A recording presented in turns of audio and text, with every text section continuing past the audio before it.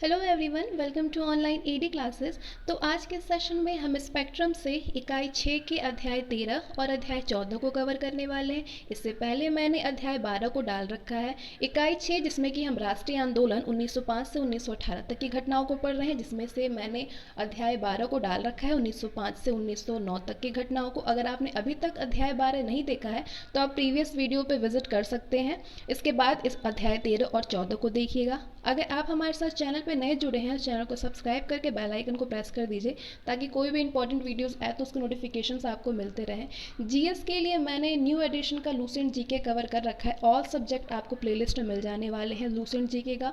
और इससे पहले मैंने करंट अफेयर को भी अपलोड कर दिया है। मार्च 2020 से अप्रैल 2021 तक के करंट अफेयर को मैंने दी प्लेटफॉर्म रुक्मणी प्रकाशन से डाल दिया है। अगर आपने अभी तक नहीं देखा है तो फटाफट से उसको जाकर के देख सकते हैं।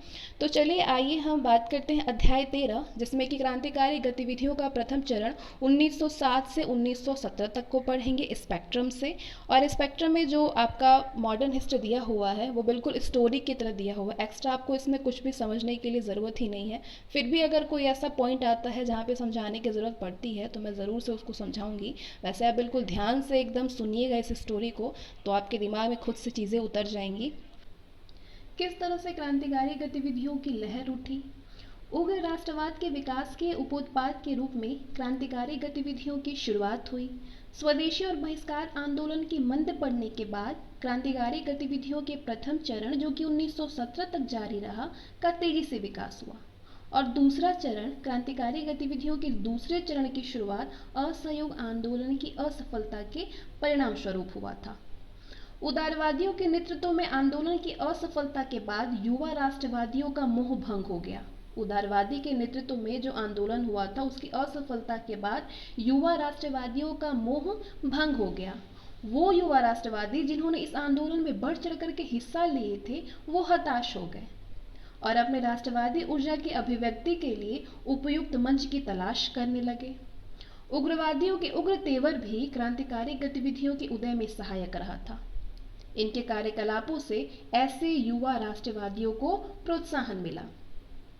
अतिवादियों ने हालांकि अपने अभियान में बड़ी संख्या में युवाओं को सम्मिलित किया, लेकिन उन्हें त्याग करने की प्रेरणा दी, किंतु वे एक प्रभावी संगठन बनाने या तरुणों की क्रांतिकारी भावनाओं को स्वतंत्रता अभियान के लिए उपयोग करने में असफल रहे। अंततः युवाओं ने स्वतंत्रता प्राप्ति के सभी तात्कालीन साधनों को अनुपयुक्त पाया और निष्कर्ष निकाला कि यदि उपनिवेशी शासन को समाप्त करना है तो भैया हिंसक तरीके तो अपनाना आवश्यक है। उन्होंने यूरोपीय प्रशासकों की हत्या करके उनका मनोबल कम करने, प्रशासन को ठप करने और स्वतंत्रता के लिए भारतीयों और अंग्रेज विरोधियों का समूल नष्ट करने का प्रयत्न किया। अपने उद्देश्यों की पूर्ति के लिए हत्या, डकैती, लूटपाट जैसी सारी हिंसक गतिविधियों को उन्होंने वैध माना। अब उनकी क्रांतिकारी का कार्यक्रम क्या था? क्रांतिकारियों ने निर्णय किया कि अंग्रेज शासन को समाप्त करने के लिए सभी भारतीयों को हिंसक गतिविधियों में सहयोग करना चाहिए। इसके लिए एक राष्ट्रव्यापी हिंसक आंदोलन चलाया जाए और साम्राज्यवादियों और उसके समर्थकों का दमन किया जाए। क्रांतिकारियों ने रूसी निहिलिस्टों और आयरलैंड के क्रांतिकारियों से प्रेरणा ली। क्रांतिकारियों के कार्यक्रम में शामिल थे जैसे व्यक्तिगत तौर पर हिंसक कार्य करना, ब्रिटिश अधिकारियों, उनके समर्थकों और सहयोगियों की हत्या करना, डकैती डाल करके क्रांतिकारी गतिविधियों के लिए धन एकत्रित करना और सरकार विरोधी लोगों के सहयोग से सैनिक कार्यवाही करने जैसी गतिविधियां उनके कार्यक्रम में शामिल थी। क्रांतिकारी चाहते थे कि हिंसात्मक कार्यों के द्वारा शासकों को आतंकित किया जाए और भारतीयों के इस भय को दूर किया जाए कि अंग्रेज शक्तिशाली और अजेय हैं। इन्होंने राष्ट्रवादी भावनाओं का प्रसार करके भारतीयों से उनके कार्यों में सहयोग देने के लिए अपील की और युवाओं से इस कार्य के लिए आगे आने का आह्वान किया, क्योंकि बड़ी संख्या में अंग्रेजों ने तरुणों का दमन कर दिया था। अतिवादी भी अपने कार्यों से क्रांतिकारी गतिविधियों को रोकने में सफल नहीं हुए, उल्टे उन्होंने इसके उदय में अप्रत्यक्ष रूप से उत्प्रेरक की भूमिका निभाई। क्रांतिकारी वे प्रेरणा जिसे कि उदारवादी दल ने लोकप्रिय बनाया था और धीमे प्रभाव की नीति जिसे उग्रवादियों ने अपनाया था, दोनों में विश्वास नहीं रखते थे क्रांतिकारी। क्रांतिकारियों का मानना था कि साम्राज्यवादी शासन भारत की धार्मिक और राजनीतिक स्वतंत्रता, संस्कृति, सभ्यता और नैतिक मूल्यों इत्यादि सभी को विनष्ट कर देगा। इन क्रांतिकारियों का एकमात्र उद्देश्य था मातृभूमि को विदेशी दासता से मुक्त करना। क्रांतिकारी गतिविधियों का अवलोकन। प्रथम विश्व युद्ध के बाद भारत और विदेशों में क्रांतिकारियों द्वारा किए गए विभिन्न कार्यों का निम्न परिप्रेक्ष्य देखा जा सकता है। जैसे कि बंगाल में क्रांतिकारी आंदोलनों का सूत्रपात भद्रलोक समाज से हुआ। 1870 तक कलकत्ता में छात्रों द्वारा अनेक गुप्त समितियों का गठन किया जा चुका था, लेकिन ये जो समितियां थी वो ज़्यादा सक्रिय नहीं हो सकी। बंगाल में क्रांतिकारियों का प्रथम गुप्त संगठन अनुशीलन समिति था, जिसका गठन 1902 में किया गया। मिदनापुर में ज्ञानेंद्र नाथ बसु ने इसकी स्थापना की, जबकि कलकत्ता में इसका गठन पी मित्रा ने किया अनुशीलन समिति का। कलकत्ता की अनुशीलन समिति में जतिन नाथ बनर्जी और बारिंद्र कुमार घोष जैसे प्रसिद्ध क्रांतिकारी इसके सदस्य थे। लेकिन अनुशीलन समिति की गतिविधियां अपने अनुयायियों को शारीरिक और नैतिक प्रशिक्षण देने तक ही सीमित रहा था और 1908 तक आते आते ये लगभग निष्क्रिय हो गया। अप्रैल 1906 में अनुशीलन समिति के 2 सदस्यों बारिंद्र कुमार घोष और भूपेंद्र नाथ दत्ता ने युगांतर नामक साप्ताहिक पत्र का प्रकाशन प्रारंभ किया। इसी समय अनुशीलन समिति के सदस्यों ने कुछ क्रांतिकारी गतिविधियां भी संपन्न की। 1905 से 1906 तक युगांतर के अतिरिक्त अन्य कई पत्र पत्रिकाएं ने भी क्रांतिकारी विचारों के प्रसार में महत्वपूर्ण भूमिका निभाई, जिनमें कि संध्या का नाम प्रमुख है। लेकिन बंगाल में क्रांतिकारी विचारधारा के प्रचार प्रसार में सबसे प्रमुख काम युगांतर ने किया। जैसे कि बरिशाल सम्मेलन के प्रतिनिधियों पर पुलिस द्वारा किए गए अत्याचारों का विरोध करते हुए युगांतर ने लिखा कि समस्या का समाधान लोगों द्वारा ही किया जा सकता है। भारत में निवास करने वाले 30 करोड़ लोगों के उपनिवेशी दमन और शोषण को रोकने के लिए 60 करोड़ हाथों का उपयोग करना चाहिए, क्योंकि ताकत को ताकत के द्वारा ही रोका जा सकता है। युगांतर के कुछ लेखों का संग्रह मुक्ति कौन पाथ है, यानी मुक्ति किस मार्ग से है, इस पुस्तक में भी प्रकाशित हुआ है। इस पुस्तक में भारतीय सैनिकों से भारतीय क्रांतिकारियों को हथियार देने का आग्रह किया गया है। रासबिहारी बोस और सचिन सान्याल ने दूर दराज के क्षेत्रों जैसे पंजाब, दिल्ली और संयुक्त प्रांत में क्रांतिकारी गतिविधियों के विकास के लिए अनेक गुप्त समितियों का गठन किया। जबकि हेमचंद्र कानूनगो ने राजनीतिक और सैन्य प्रशिक्षण प्राप्त करने के लिए विदेशों की यात्रा की। 1907 में युगांतर समूह के सदस्यों ने पूर्वी बंगाल के भूतपूर्व अलोकप्रिय लेफ्टिनेंट गवर्नर फूलर, जो कि 16 अक्टूबर 1905 से 20 अगस्त 1906 तक पूर्वी बंगाल और असम के लेफ्टिनेंट गवर्नर रहे हैं, उनकी हत्या का असफल प्रयास किया। दिसंबर 1907 में रेल की पटरी को उड़ाने का प्रयास किया गया, दिसंबर 1907 में, जिसमें कि लेफ्टिनेंट गवर्नर एंड्रयू फ्रेजर यात्रा कर रहे थे।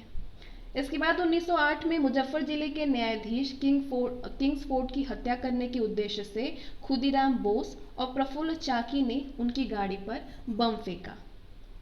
मुख्य प्रेसिडेंसी दंडनायक के रूप में किंग्सफोर्ड ने युवकों को छोटे छोटे अपराधों के लिए बड़ी बड़ी सजाएं दी थी, लेकिन गलती से बम श्री कैनेडी की गाड़ी पर लग गया, जिससे कि 2 महिलाएं मारी गई।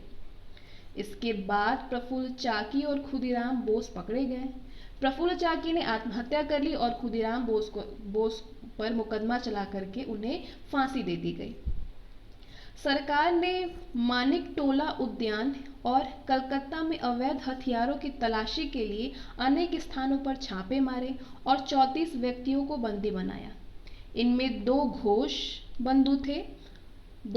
बंधु अरविंद और बारिंद्र घोष भी शामिल थे। इन पर अलीपुर षड्यंत्र कांड का अभियोग चलाया गया।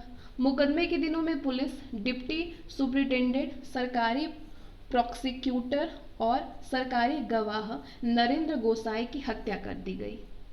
नरेंद्र गोसाई की हत्या जेल में की गई। 1908 में पुलिस डिप्टी सुपरिटेंडेंट को कलकत्ता हाई कोर्ट में गोली मार दी गई। 1909 में कलकत्ता में सरकारी प्रोसिक्यूटर की हत्या कर दी गई। पुलिन दास के नेतृत्व में ढाका अनुशीलन समिति के सदस्यों ने 12 में डकैती डाली। तत्कालीन अनेक समाचार पत्रों और पत्रिकाओं में क्रांतिकारियों की इन गतिविधियों की मुक्त कंठ से प्रशंसा की गई। बंगाल में संध्या और युगांतर और महाराष्ट्र में काल में क्रांतिकारियों के कामों को सही बताते हुए उनके समर्थन में अनेक लेख लिखे गए। अंत में कहा जा सकता है कि क्रांतिकारी गतिविधियां स्वदेशी आंदोलन की असफलता के बाद उदय हुई और इसने तत्कालीन युवा पीढ़ी में राष्ट्रवाद की एक नई भावना का संचार किया। लेकिन धर्म पर अत्यधिक बल देने के कारण मुसलमानों का समर्थन इसे नहीं मिला और मुस्लिम युवाओं ने इसमें भाग नहीं लिया। क्रांतिकारी गतिविधियों का सामाजिक आधार भी ज्यादा व्यापक नहीं था और बंगाल में उच्च वर्ग ने ही इसे सबसे ज्यादा समर्थन और सहयोग प्रदान किया। संकुचित सामाजिक आधार और व्यापक जन सहयोग के अभाव में ये सरकारी दमन को बर्दाश्त नहीं कर सका और धीरे धीरे इसका अस्तित्व समाप्त हो गया। बंगाल के बाद महाराष्ट्र। 1918 के विद्रोह समिति की रिपोर्ट के अनुसार भारत में क्रांतिकारी गतिविधियों का प्रारंभ सर्वप्रथम महाराष्ट्र में हुआ। यहाँ क्रांतिकारी गतिविधियों का शुभारंभ वासुदेव बलवंत फड़के के रामोसी कृषक दल ने 1879 में किया। इस दल ने सशस्त्र विद्रोह के जरिए देश से अंग्रेजों को खदेड़ने की योजना बनाई। अपने उद्देश्य की पूर्ति के लिए उन्होंने संचार लाइनों को नष्ट करके सरकारी संचार सेवा को ठप करने का प्रयास किया। इन्होंने क्रांतिकारी गतिविधियों हेतु धन एकत्र करने के लिए अनेक स्थानों पर डकैतियां डाली, लेकिन 1890 में इसके पूर्ण विकास से पहले ही सरकार ने बर्बरतापूर्वक इसका दमन कर दिया। बाल गंगाधर तिलक ने महाराष्ट्र के लोगों में स्वराज की प्राप्ति, स्वराज के प्रति प्यार और अंग्रेज विरोधी भावनाओं को जगाने के लिए गणपति त्योहार और शिवाजी त्योहार मनाया और अपने समाचार पत्रों मराठा और केसरी में अनेक लेख लिखे। तिलक के दो शिष्यों दामोदर चापेकर और बालकृष्ण चापेकर ने 1897 में पूना में प्लेग समिति के प्रधान श्री रैंड एवं लेफ्टिनेंट एयर्स्ट की हत्या कर दी। बाद में चापेकर बंधु पकड़े गए और उन्हें फांसी की सजा दे दी गई। विनायक दामोदर सावरकर और उनके भाई गणेश दामोदर सावरकर ने 1899 में एक गुप्त सभा मित्र मेला का गठन किया, मैजिनी की तरह इटली का तर्ज पर, जिससे 1914 में अभिनव भारत की स्थापना हुई। 1904 में अभिनव भारत की स्थापना हुई। शीघ्र ही बंबई, पूना और नासिक बम बनाने वाले केंद्रों के रूप में उभरे। 1909 में नासिक के जिला मजिस्ट्रेट जैक्सन की अभिनव भारत के एक सदस्य अनंत कान्हेर ने हत्या कर दी। पंजाब में क्रांतिकारी गतिविधियों के उदय में अनेक तत्वों ने सम्मिलित भूमिका निभाई। इनमें लगातार 2 अकालों के बावजूद भू राजस्व और सिंचाई करों में अत्यधिक वृद्धि, जमींदारों द्वारा आरोपित बेगार प्रथा और बंगाल की घटनाएं प्रमुख हैं। इसके साथ ही लाला लाजपत राय और भगत सिंह के चाचा अजीत सिंह ने भी पंजाब में क्रांतिकारी आतंकवाद के उदय में महत्वपूर्ण योगदान दिया। लाला लाजपत राय ने अपने समाचार पत्र पंजाबी के माध्यम से पंजाब के लोगों को किसी भी स्थिति में स्वयं के प्रयासों द्वारा उत्पीड़न का विरोध करने के लिए प्रोत्साहित किया, जबकि अजीत सिंह ने लाहौर में अंजुमन ए मोहिसबान ए वतन नामक क्रांतिकारी समिति का गठन किया और भारत माता नामक पत्र का प्रकाशन किया। अजीत सिंह ने भारत माता में क्रांतिकारी लेख लिखे और लोगों से दमन और उत्पीड़न का विरोध करने के लिए आगे आने का आह्वान किया। शुरुआत में अजीत सिंह और उनके समर्थकों ने चिनाब और बारी दोआब नहरी क्षेत्रों के किसानों पर लगाए गए भारी भू राजस्व को वापस लेने के लिए अभियान चलाया। शुरुआत में अजीत सिंह और उनके समर्थकों ने चिनाब और बारी दोआब नहरी क्षेत्रों के किसानों पर लगाए गए भारी भूमि राजस्व को वापस लेने के लिए अभियान चलाए, लेकिन बाद में उनका रुझान क्रांतिकारी गतिविधियों की ओर हो गया। लाला लाजपत राय और अजीत सिंह के अतिरिक्त आगा हैदर, सैयद हैदर रजा, भाई परमानंद और प्रसिद्ध उर्दू कवि लाल चंद्र फलक ने भी पंजाब में क्रांतिकारी गतिविधियों के उदय और प्रसार में महत्वपूर्ण भूमिका निभाई। पंजाब में क्रांतिकारी गतिविधियों के प्रारंभ होते ही सरकार ने इसके दमन के प्रयास शुरू कर दिए और मई 1907 में एक कानून बना करके राजनीतिक सभाओं और समितियों पर प्रतिबंध लगा दिया। लाला लाजपत राय को बंदी बना करके जेल में डाल दिया गया और अजीत सिंह को निर्वासित कर दिए गए। अजीत सिंह निर्वासन के बाद फ्रांस चले गए, लेकिन इसके बाद भी उन्होंने अपने सहयोगियों सूफी अम्बा प्रसाद, भाई परमानंद और लाला हरदयाल के सहयोग से क्रांतिकारी गतिविधियों को जारी रखा। दिल्ली में क्रांतिकारी गतिविधियों को स्पष्ट अभिव्यक्ति तब हुई जब क्रांतिकारियों ने 23 दिसंबर 1912 को वायसराय लॉर्ड हार्डिंग के काफिले पर बम फेंका। इस बम हमले में हार्डिंग के कई सेवक मारे गए और वे बुरी तरह से घायल हो गए। इस घटना में रास बिहारी बोस और सचिन सन्याल की मुख्य भूमिका थी। घटना के बाद पुलिस ने 13 व्यक्तियों को गिरफ्तार किया, जिनमें मास्टर अमीर चंद्र, अवध बिहारी, दीनानाथ, सुल्तान चंद्र, हनुमंत सहाय, बसंत कुमार, बाल मुकुंद और बलराज थे। इन सभी पर दिल्ली षड्यंत्र केस के नाम से मुकदमा चलाया गया। इनमें से कुछ को फांसी दे दी गई और शेष को देश से निर्वासित कर दिया गया। क्रांतिकारियों की विदेशों में गतिविधियां। क्रांतिकारियों ने भारत के अलावा विदेशों में भी कई स्थानों पर क्रांतिकारी गतिविधियों को जारी रखा। इनमें से कुछ स्थान हैं इंग्लैंड, लंदन में क्रांतिकारी गतिविधियों का नेतृत्व मुख्यतः श्याम जी कृष्ण वर्मा, विनायक दामोदर सावरकर, मदन लाल ढींगरा और लाला हरदयाल ने किया। लंदन में श्याम जी कृष्ण वर्मा ने 1905 में यहीं भारत स्वशासन समिति की स्थापना की, जिसे इंडिया हाउस के नाम से जाना जाता है। इस संस्था का उद्देश्य अंग्रेज सरकार को आतंकित कर स्वराज्य प्राप्त करना था। यहां से एक समाचार पत्र सोशियोलॉजिक का प्रकाशन भी यहीं से प्रारंभ हुआ। लंदन से सरकारी दमन के कारण श्याम जी पेरिस और अंततः जिनेवा चले गए। श्याम जी कृष्ण वर्मा के बाद इंडिया हाउस का कार्यभार विनायक दामोदर सावरकर ने संभाला। यही सावरकर ने 1857 का स्वतंत्रता संग्राम नामक प्रसिद्ध पुस्तक भी लिखी। उन्होंने मैजनी की आत्मकथा का मराठी अनुवाद किया। 1909 में मदन लाल ढींगरा ने कर्नल विलियम कर्जन वाइली की हत्या कर दी। ढींगरा को भी गिरफ्तार करके फांसी पर चढ़ा दिया गया। 13 मार्च 1910 को नासिक षड्यंत्र केस में सावरकर को भी गिरफ्तार कर लिया गया और उन्हें काले पानी की सजा दे दी गई।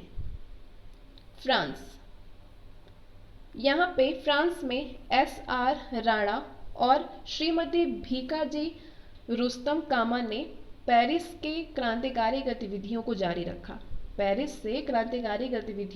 रखा।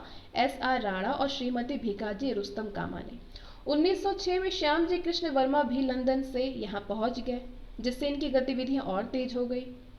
इन्होंने यहाँ पे वंदे मातरम नामक समाचार पत्र निकालने का प्रयास भी किया। यहाँ S.R. राणा ने भारतीय छात्रों के लिए छात्रवृत्तियां प्रारंभ की, लेकिन प्रथम विश्व युद्ध के समय फ्रांस और इंग्लैंड में मित्रता हो जाने के कारण क्रांतिकारियों की गतिविधियां धीमी पड़ गई। अमेरिका और कनाडा। संयुक्त राज्य अमेरिका और कनाडा में क्रांतिकारी आंदोलन का नेतृत्व लाला हरदयाल ने किया। 1 नवंबर 1913 को लाला हरदयाल ने सैन फ्रांसिस्को में गदर पार्टी की स्थापना की। विश्व के अनेक भागों में इसकी शाखाएं खाली गई। गदर दल ने 1857 के विद्रोह की स्मृति में गदर नामक साप्ताहिक पत्रिका का प्रकाशन भी प्रारंभ किया। जर्मनी। प्रथम विश्व युद्ध प्रारंभ होने पर इंग्लैंड और जर्मनी के संबंध तनावपूर्ण हो गए। फलतः क्रांतिकारियों ने जर्मनी को अपने गतिविधियों का केंद्र बना लिया। लाला हरदयाल और उनके साथी अमेरिका से जर्मनी आ गए। वीरेंद्रनाथ चट्टोपाध्याय ने बर्लिन को अपनी गतिविधियों का केंद्र बना लिया। वीरेंद्रनाथ चट्टोपाध्याय ने। अब आगे हम गदर आंदोलन पढ़ेंगे। गदर आंदोलन गदर दल द्वारा चलाया गया था, जिसका गठन 1 नवंबर 1913 को संयुक्त राज्य अमेरिका के सैन फ्रांसिस्को में लाला हरदयाल द्वारा किया गया था। रामचंद्र, बरकत उल्ला और कुछ अन्य क्रांतिकारियों ने भी इसमें सहयोग किया था। सैन फ्रांसिस्को में गदर दल का मुख्यालय और अमेरिका के कई शहरों में इसकी शाखाएं खोली गई। ये क्रांतिकारी संस्था थी जिसने कि 1857 के विद्रोह की स्मृति में गदर नामक साप्ताहिक पत्रिका का प्रकाशन प्रारंभ किया। गदर दल के कार्यकर्ताओं में मुख्यतः पंजाब के किसान और भूतपूर्व सैनिक थे, जो कि रोजगार की तलाश में कनाडा और अमेरिका के विभिन्न भागों में बसे हुए थे। अमेरिका और कनाडा के विभिन्न शहरों के अतिरिक्त पश्चिमी तट में से भी उनकी शाखा काफी अधिक थी। गदर दल की स्थापना के पहले ही यहाँ पे ब्रिटेन विरोधी क्रांतिकारी गतिविधियां प्रारंभ हो चुकी थी। इसमें रामदास पुरी, जीडी कुमार, तारकनाथ दास और सोहन सिंह बखना की मुख्य भूमिका थी। 1911 में लाला हरदयाल के पहुंचने पर इनमें और तेजी आ गई।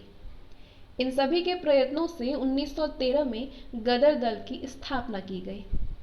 इसके पहले क्रांतिकारी गतिविधियों के संचालन के लिए वैंकूवर, कनाडा में स्वदेशी सेवक गृह और सिएटल में यूनाइटेड इंडिया हाउस की स्थापना की जा चुकी थी। इन दोनों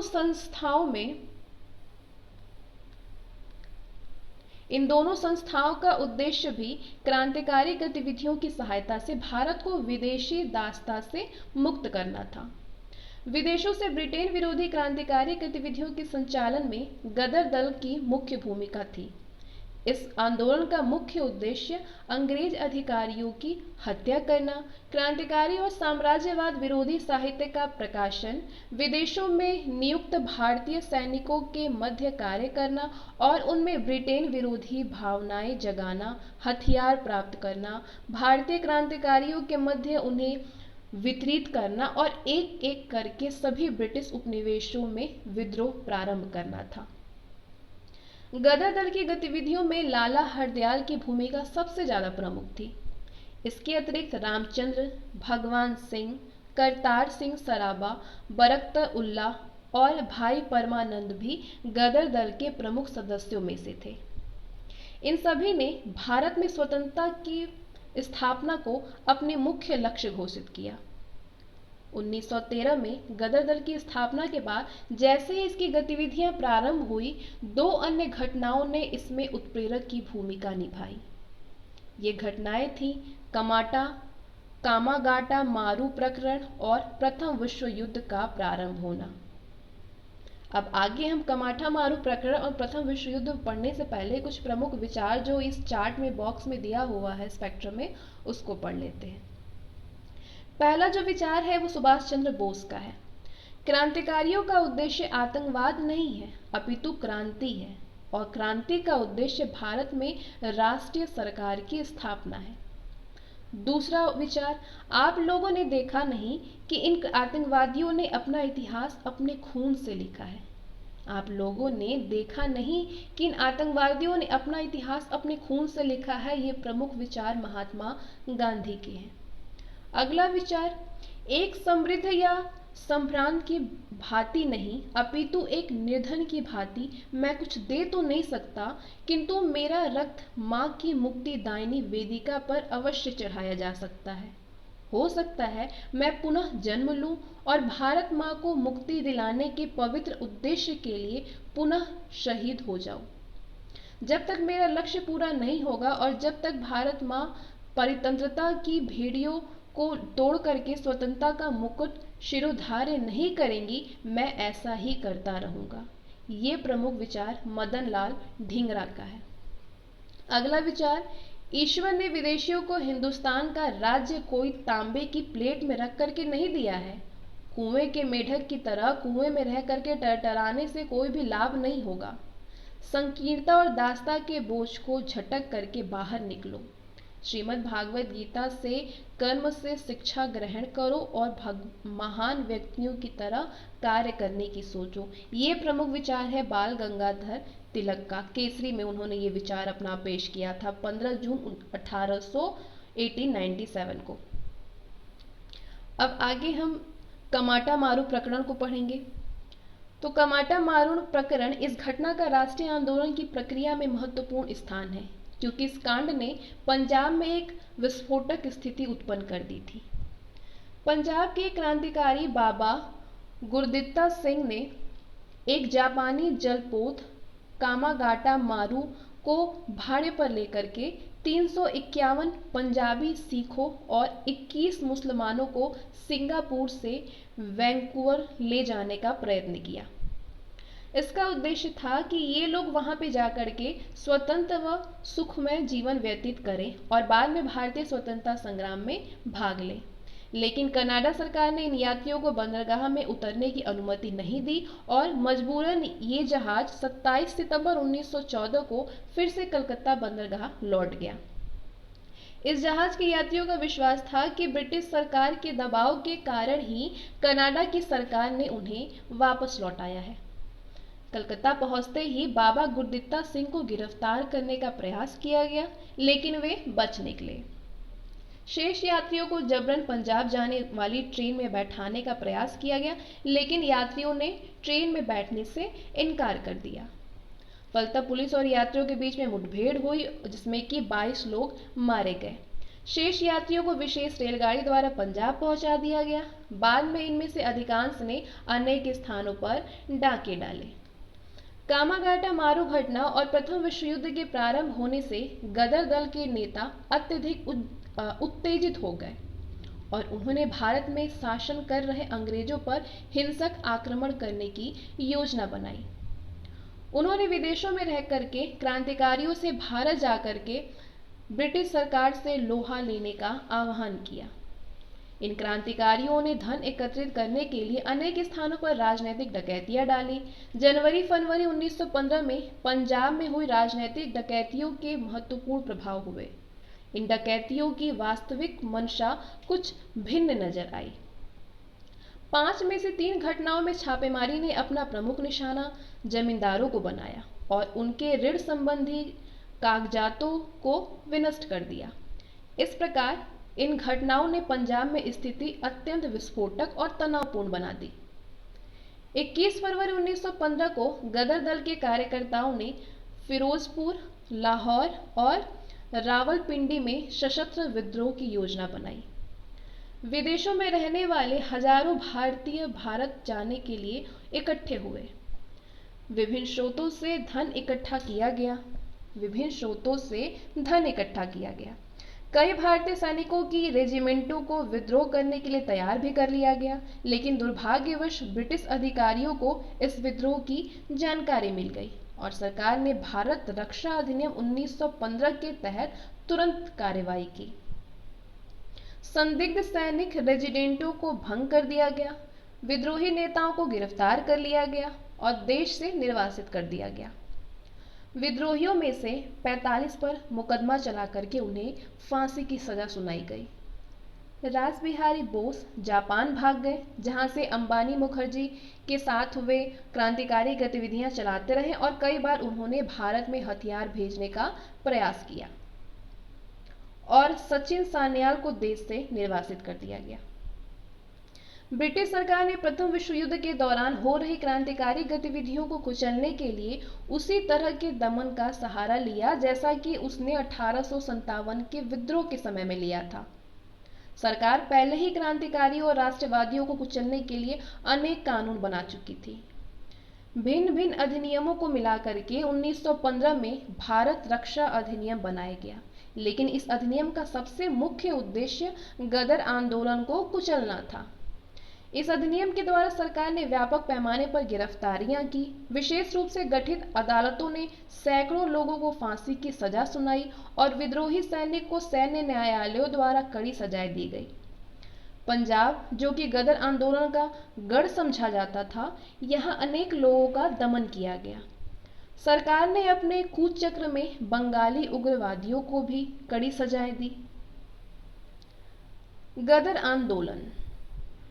गदर आंदोलन का मूल्यांकन। गदर आंदोलन को अपने उद्देश्यों के कार्यान्वयन के लिए हथियार, धन, प्रशिक्षण और समयानुकूल योग्य नेतृत्व की आवश्यकता थी, लेकिन दुर्भाग्यवश इनमें से सभी आवश्यकताएं पूर्ण नहीं हो सकी। गदर दल के समर्थकों को आभास नहीं था कि प्रथम विश्व युद्ध इतना शीघ्र प्रारंभ हो जाएगा। प्रथम विश्व युद्ध प्रारंभ होते ही गदर आंदोलनकारियों ने अपनी शक्ति और संगठन का आकलन किया।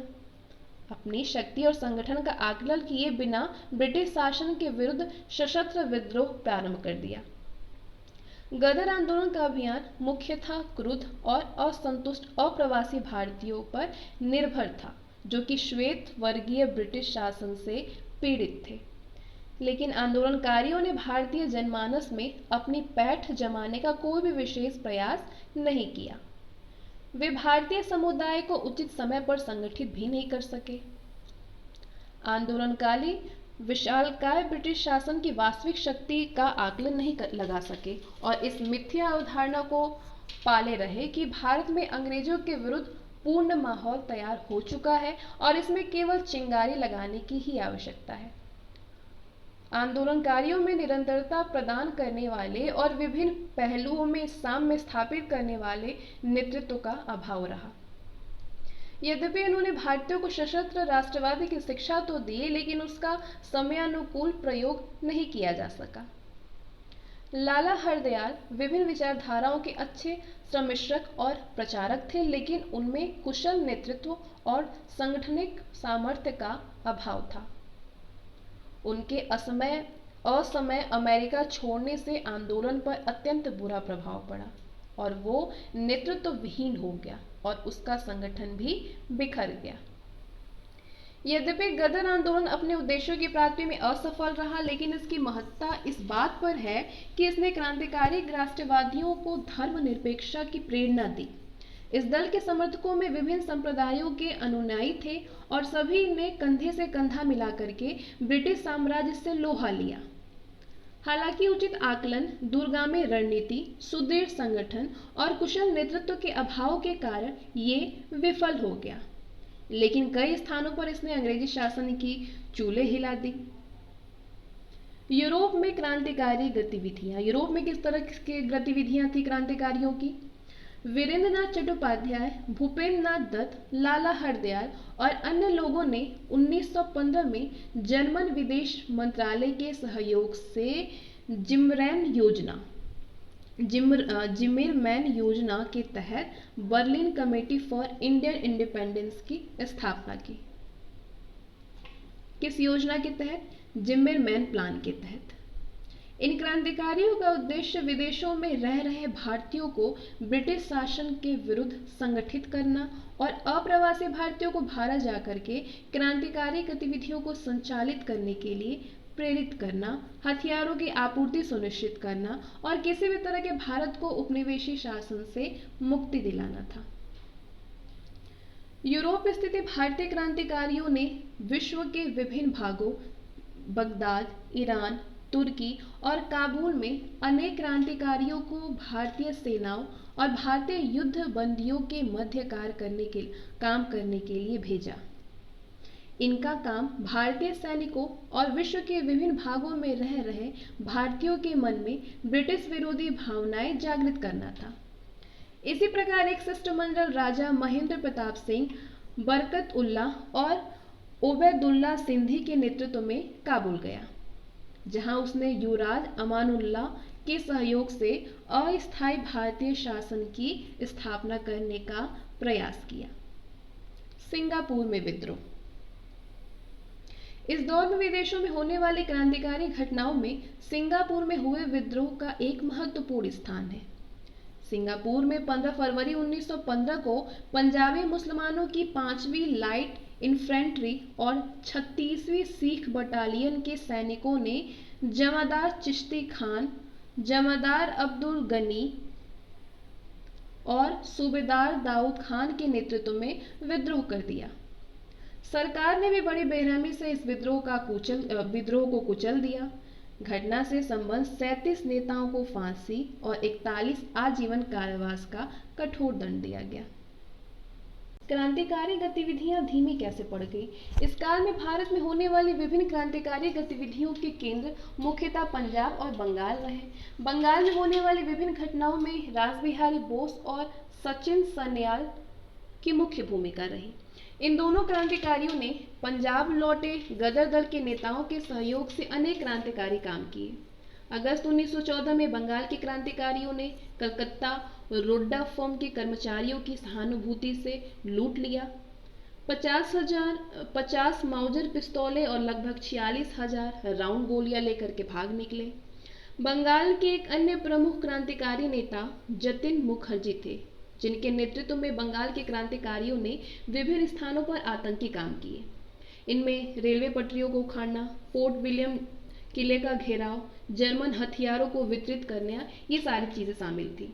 लेकिन कमजोर संगठन और संयोजन के अभाव में क्रांतिकारियों के अधिकांश प्रयास विफल हो गए। सितंबर 1915 में उड़ीसा तट पर स्थित बालासोर नामक स्थान पर बाधा जतिन मुखर्जी पुलिस के साथ लड़ते हुए शहीद की तरह मारे गए। प्रथम विश्व युद्ध के बाद इस क्रांतिकारी गतिविधियों में कुछ समय के लिए थोड़ा सा विराम आया, जब सरकार ने भारत रक्षा अधिनियम 1915 के तहत पकड़े गए। जब सरकार ने भारत रक्षा अधिनियम 1915 के तहत पकड़ गए राजनीतिक बंदियों को छोड़ दिया। साथ ही माउंटेग्यू चेम्सफोर्ड सुधार 1919 लागू करने से अनुरंजक वातावरण बन गया। इसके अतिरिक्त इसी समय भारतीय राजनीति में गांधी जी एक प्रमुख राष्ट्रीय नेता के रूप में आगे आए। उन्होंने भारत की स्वतंत्रता के लिए अहिंसा का सिद्धांत रखा। इन सभी कारणों से देश में क्रांतिकारी गतिविधियों में धीमापन आ गया। अब आगे इस 13वें अध्याय में जितनी चीजें हमने पढ़ी हैं उसका सारांश एक बॉक्स के जरिए आपको दिखेगा। फटाफट से रिवीजन करने के लिए भी अच्छा है। पहला, क्रांतिकारी गतिविधियां। क्रांतिकारी गतिविधियों के उदय के क्या कारण थे? उदारवादियों की असफलता के बाद युवा राष्ट्रवादियों का मोह भंग हो गया और आंदोलन के नेताओं का युवा शक्ति और ऊर्जा के सही प्रयोग में असफल रहा। सरकार की दमनकारी नीतियों के कारण शांतिपूर्ण आंदोलन की संभावना समाप्त हो जाना, युवा राष्ट्रवादियों में अतिशीघ्र परिणाम प्राप्त करने की अभिलाषा और युवा राष्ट्रवादियों का प्रभावी संगठन बनाने में राष्ट्रवादी नेताओं की असफलता। मुख्य कार्यक्रम क्या क्या थे? अलोकप्रिय सरकारी अधिकारियों की हत्या करना, हिंसात्मक गतिविधियों द्वारा शासकों को आतंकित करना और भारतीयों को मनोमस्तिष्क से अंग्रेजों के शक्तिशाली और अजेय होने का भय दूर करना, रूसी निहिलिस्टों और आयरलैंड के क्रांतिकारियों की तरह व्यक्तिगत रूप से विध्वंसक गतिविधियां संपन्न करना, सरकार विरोधी लोगों के सहयोग से सैन्य षड्यंत्र करना और डकैती और लूटपाट करके धन एकत्रित करना। प्रथम विश्व युद्ध के पूर्व क्रांतिकारी गतिविधियां। बंगाल, पहले विश्व युद्ध से पहले जो क्रांतिकारी गतिविधियां हुई थी, सबसे पहले बंगाल में 1902 में मिदनापुर और कलकत्ता में प्रथम क्रांतिकारी संगठनों की स्थापना हुई। किस समिति की?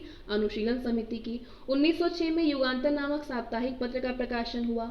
1905 से 1906 तक क्रांतिकारी गतिविधियों का समर्थन और प्रचार करने वाले अनेक समाचार पत्रों का प्रकाशन प्रारंभ हुआ, जिनमें की संध्या सबसे प्रमुख है।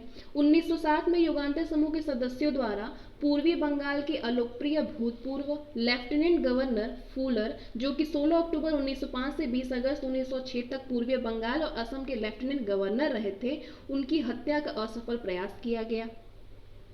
1908 में खुदीराम बोस और प्रफुल्ल चाकी द्वारा बिहार के मुजफ्फर जिले के न्यायाधीश श्री किंग्सफोर्ड की हत्या का प्रयास। अरविंद घोष, बरिंद्र कुमार घोष और अन्य पर अलीपुर षड्यंत्र कांड का अभियोग चलाया गया।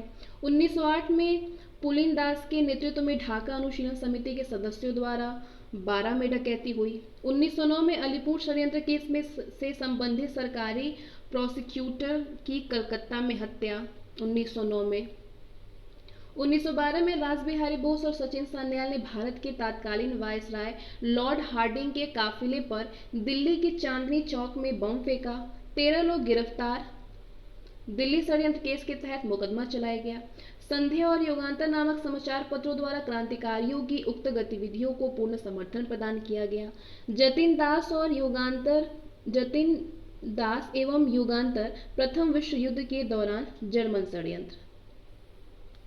महाराष्ट्र 1879 में वासुदेव बलवंत फड़के के रामोसी कृषक दल द्वारा क्रांतिकारी गतिविधियों का शुभारंभ हुआ। 1890 से बाल गंगाधर तिलक ने महाराष्ट्र के लोगों में स्वराज्य के प्रति आस्था जगाने और क्रांतिकारी गतिविधियों को युवा के बीच में लोकप्रिय बनाने के लिए शिवाजी महोत्सव और गणेश महोत्सव प्रारंभ किए। उन्होंने अपने पत्रों मराठा और केसरी के द्वारा भी क्रांतिकारी गतिविधियों को प्रोत्साहित करने का प्रयास किया। 1897 में पूना में प्लेग समिति के प्रधान श्री रैंड एवं लेफ्टिनेंट एयर्स्ट की चापकर बांदेकर द्वारा हत्या की गई। 1899 में विनायक दामोदर सावरकर और उनके भाई गणेश दामोदर सावरकर द्वारा एक गुप्त सभा मित्र मेला की स्थापना हुई। 1904 में मित्र मेला का अभिनव भारत में विलय हुआ। 1909 में अभिनव भारत के एक सदस्य अनंत कान्हेर द्वारा नासिक के जिला मजिस्ट्रेट जैक्सन की हत्या हुई।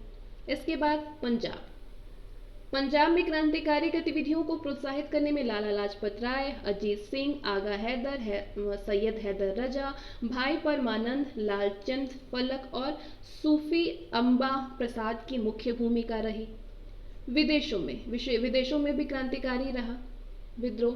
विदेशों में श्यामजी कृष्ण वर्मा, विनायक दामोदर सावरकर, मदन लाल ढींगरा और लाला हरदयाल की मुख्य भूमिका थी। 1905 में श्यामजी कृष्ण वर्मा द्वारा इंडिया हाउस की स्थापना हुई। इंडिया हाउस से एक समाचार पत्र सोशियोलॉजिस्ट का प्रकाशन प्रारंभ हुआ। इंडिया हाउस में ही सावरकर ने 1857 का स्वतंत्रता संग्राम नामक प्रसिद्ध पुस्तक लिखी। 1909 में मदन लाल ढींगरा ने कर्नल विलियम कर्जन वायली को गोली मार करके हत्या कर दी। आर.एस. राणा और श्रीमती भीकाजी रुस्तम कामा ने पेरिस से क्रांतिकारी गतिविधियां जारी रखने का प्रयास किया। यहां से वंदे मातरम नामक समाचार पत्र निकालने का प्रयास हुआ। लाला हरदयाल प्रमुख नेतृत्वकर्ता थे। 1913 में सैन फ्रांसिस्को गदर दल की स्थापना हुई। सैन फ्रांसिस्को में गदर नामक साप्ताहिक पत्रिका का प्रकाशन हुआ। लाला हरदयाल के अमेरिका से जर्मनी पहुंचने पर क्रांतिकारी गतिविधियों में तेजी आई। वीरेंद्रनाथ चट्टोपाध्याय प्रमुख नेता थे। उत्तर अमेरिका में लाला हरदयाल, रामचंद्र भवन सिंह, करतार सिंह सराबा, बरकत उल्ला और भाई परमानंद द्वारा गदर दल का गठन हुआ। गदर कार्यक्रम, सरकारी अधिकारियों की हत्या हुई। क्रांतिकारी साहित्य का प्रकाशन हुआ। विदेशों में पदस्थापित भारतीय सेना के मध्य कार्य करना और क्रांतिकारी गतिविधियों के लिए धन एकत्रित करना।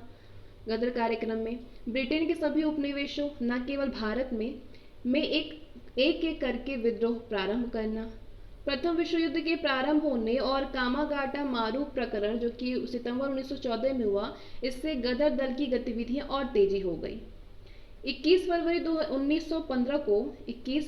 1915 को गदर दल के कार्यकर्ताओं ने फिरोजपुर, लाहौर और रावलपिंडी में सशस्त्र विद्रोह की योजना बनाई, लेकिन विश्वासघात के कारण ये योजना असफल हो गई।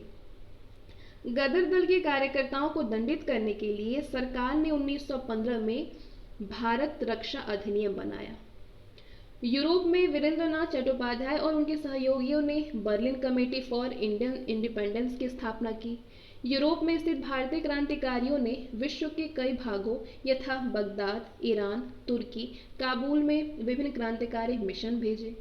सिंगापुर में 15 फरवरी 1915 को पंजाबी मुसलमानों की 5वीं लाइट इन्फेंट्री और 36वीं सिख बटालियन के सैनिकों ने विद्रोह कर दिया। विद्रोह को बेरहमी से कुचल दिया गया। इसके बाद आ जाते हैं हम अगले अध्याय में, अध्याय 14, जिसमें कि हम प्रथम विश्व युद्ध और राष्ट्रवादी प्रत्युत्तर पढ़ेंगे। प्रथम विश्व युद्ध 1914 से 18 प्रारंभ के समय में भारतीय राष्ट्रीय कांग्रेस के उदारवादी दल के नेतृत्व में थी। इस विश्व युद्ध में ब्रिटेन, फ्रांस, रूस, अमेरिका, इटली और जापान एक ओर और दूसरी ओर जर्मनी, ऑस्ट्रेलिया, हंगरी और तुर्की दूसरी ओर थे। ये काल मुख्यतः राष्ट्रवाद का परिपक्वता काल था। प्रथम विश्व युद्ध में ब्रिटेन की भागीदारी के प्रति राष्ट्रवादियों का प्रत्युत्तर 3 चरणों में विभक्त था। पहले चरण में उदारवादियों ने इस युद्ध में ब्रिटेन का समर्थन ताज के प्रति निष्ठा का कार्य समझा और उससे पूर्ण समर्थन किया। दूसरा, उग्रवादियों, जिनमें कि तिलक भी शामिल थे, उग्रवादियों ने भी युद्ध में ब्रिटेन का समर्थन किया क्योंकि उन्हें आशा थी कि युद्ध के बाद ब्रिटेन भारत में स्वशासन के संबंध में ठोस कदम उठाएगा। और तीसरा चरण था, जबकि क्रांतिकारियों का मानना था कि ये युद्ध ब्रिटेन के विरुद्ध क्रांतिकारी गतिविधियों को संचालित करने का अच्छा अवसर है और उन्हें इस सुअवसर का लाभ उठा करके साम्राज्यवादी सत्ता को उखाड़ फेंकना चाहिए। लेकिन विश्व युद्ध में ब्रिटेन का समर्थन कर रहे भारतीय शीघ्र ही निराश हो गए क्योंकि उन्होंने देखा कि ब्रिटेन युद्ध में अपने उपनिवेशों और हितों की रक्षा करने में लगा हुआ है। ब्रिटेन युद्ध में अपने उपनिवेशों और हितों की रक्षा करने में लगा हुआ है। प्रथम विश्व युद्ध ने भारतीय क्रांतिकारियों और विदेशों में रह रहे क्रांतिकारियों में अपार उत्साह का संचार किया। इस दौरान संयुक्त राज्य अमेरिका में गदर पार्टी और यूरोप में बर्लिन कमेटी ने ब्रिटिश सरकार के विरुद्ध क्रांतिकारी गतिविधियां संचालित की। इनके साथ ही भारतीय सैनिकों द्वारा भी कुछ छिटपुट स्थानों जैसे कि सिंगापुर में क्रांतिकारी कार्रवाइयां संपन्न की गई। भारत में इस अवसर को क्रांतिकारियों ने एक ईश्वरीय उपहार मान करके देश को उपनिवेशी शासन से मुक्त कराने की योजना बनाई और ब्रिटेन के शत्रुओं जर्मनी और तुर्की से आर्थिक और सैन्य सहायता प्राप्त करने का प्रयास किया। अब आगे हम जानेंगे होम रूल लीग आंदोलन। Bal Gangadhar Tilak, Annie Besant, G S Khaparde, sir S Subramania Iyer, Joseph Baptista और मोहम्मद अली और अन्य बड़े नेता मिले और उन्होंने ये निर्णय किया कि ब्रिटिश राष्ट्रमंडल के तहत अखिल भारतीय होम रूल या स्वशासन की मांग के उद्देश्य के साथ पूरे वर्ष कार्य करने वाले एक राष्ट्रीय गठबंधन का होना आवश्यक हो गया था। ये गठबंधन आयरिश होम रूल लीग की तर्ज पर all India home rule league थी। ये गठबंधन आयरिश होम रूल लीग की तर्ज पर all India home rule league थी। अंततः हालांकि 2 होम रूल लीग शुरू हुई गई, एक तो बाल गंगाधर तिलक की इंडियन होम रूल लीग और दूसरी एनी बेसेंट की होम रूल लीग। दोनों का ही उद्देश्य उग्र राजनीति के एक नए रूप की शुरुआत करना था। होम रूल लीग प्रथम विश्व युद्ध के बाद उत्पन्न हुई परिस्थितियों में भारतीयों की कम प्रभावशाली प्रक्रिया के रूप में सामने आया, लेकिन स्वतंत्रता आंदोलन की प्रक्रिया में इसने अपनी महत्वपूर्ण छाप छोड़ी। वैसे तो ये आंदोलन स्थिरता के साथ स्टार्ट हुआ, लेकिन आगे चल करके इसने तत्कालीन सभी आंदोलनों को पीछे छोड़ दिया। तो ये जो आंदोलन शुरू हुआ था उसका उत्तरदायी कारक क्या था? कारण था राष्ट्रवादियों के एक वर्ग का मानना था कि सरकार का ध्यान आकर्षित करते हुए उस पर दबाव डालना आवश्यक है। दूसरा, मार्ले मिंटो सुधार का वास्तविक स्वरूप सामने आने पर नरमपंथियों का भ्रम जो था वो सरकार की निष्ठा से टूट गया। प्रथम विश्व युद्ध में ब्रिटेन द्वारा भारतीय संसाधनों का खुल करके प्रयोग किया गया। इस क्षतिपूर्तियों के लिए युद्ध के बाद भारतीयों पर भारी कर आरोपित किए गए और आवश्यक वस्तुओं की जो कीमतें थी वो आसमान छूने लगी। इन कारणों से भारतीय त्रस्त हो गए और वे ऐसे किसी भी सरकार विरोधी आंदोलन में भाग लेने के लिए तत्पर थे। ये विश्व युद्ध तत्कालीन विश्व की प्रमुख महाशक्तियों के बीच अपने अपने हितों को लेकर के लड़ा गया और इससे अन्य ताकतों के साथ में ब्रिटेन का वास्तविक चेहरा भी उजागर हो गया था। युद्ध के बाद श्वेतों की अजेयता का भ्रम भी टूट गया। जून 1914 में बाल गंगाधर तिलक जेल से रिहा हो गए। भारतीय स्वतंत्रता के संघर्ष में सक्रिय भूमिका निभाने के लिए वे फिर से किसी अवसर की तलाश में थे। उन्होंने सरकार को अपना सहयोगात्मक रुख समझाने का प्रयत्न किया। आयरलैंड के होम रूल लीग के तर्ज पर उन्होंने प्रशासकीय सुधारों की मांग की। तिलक ने कहा कि हिंसा के प्रयोग से भारतीय स्वतंत्रता की प्रक्रिया में रुकावट आ सकती है। फलतः उन्होंने आयरिश होम रूल जैसे आंदोलन के द्वारा भारतीयों की दशा में सुधार लाने की वकालत शुरू कर दी। उन्होंने यहाँ तक कहा कि संकट के इन क्षणों में हमें ब्रिटेन का सहयोग करना चाहिए। और अगला कारक था 1896 में आयरलैंड की थियोसॉफिस्ट महिला एनी बेसेंट भारत आई थी। प्रथम विश्व युद्ध के बाद उन्होंने भी भारतीय स्वतंत्रता आंदोलन को समर्थन देने के लिए आयरिश होम रूल लीग के नमूने पर भारत में आंदोलन आरंभ करने का निर्णय किया। इस लीग के माध्यम से वे अपने विचारों को जनता में प्रसारित करके अपना कार्यक्षेत्र बढ़ाना चाहती थी। लीग। बाल गंगाधर तिलक और एनी बेसेंट दोनों की होम रूल लीग ने ये महसूस किया कि आंदोलन की सफलता के लिए उदारवादियों के नेतृत्व वाली कांग्रेस के साथ ही अतिवादी राष्ट्रवादियों का भी समर्थन आवश्यक है। 1914 में नरमपंथियों और अतिवादियों के मध्य समझौते के प्रयासों के असफल हो जाने के बाद बाल गंगाधर तिलक और एनी बेसेंट दोनों ने स्वयं के प्रयासों से राजनीतिक गतिविधियों को जीवंत करने का निश्चय किया। 1915 के प्रारंभ में एनी बेसेंट ने भारत और अन्य उपनिवेशों में स्वशासन की स्थापना के लिए अभियान शुरू कर दिया। उन्होंने जनसभाएं आयोजित की और न्यू इंडिया एवं कॉमनवेल्थ नामक पत्र का प्रकाशन शुरू किया। इन पत्रों के माध्यम से उन्होंने अंग्रेज सरकार के सम्मुख भारत में स्वशासन की स्थापना की मांग को दृढ़ता के साथ उठाया।